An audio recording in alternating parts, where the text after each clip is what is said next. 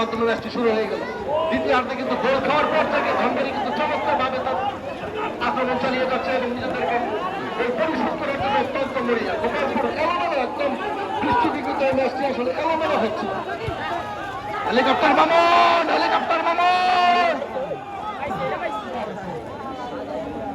কিন্তু 12 নম্বর জার্সিধারী খেলোয়াড় ওখানে আসেন, রাখতে পারলেন না।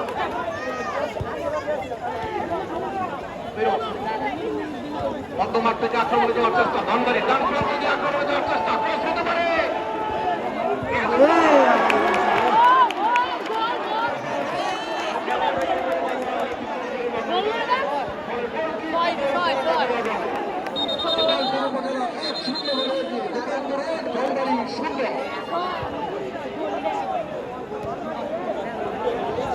প্রথম থেকে কিন্তু গোপালপুর উপজেলা দল অনেকটা ডমিনেট করে খেলে চলেছেন, অনেকটা আক্রমণ, বেশ কয়েকটি আক্রমণ আমরা লক্ষ্য করেছি গোপালপুর উপজেলা ফুটবল দলের পক্ষ থেকে।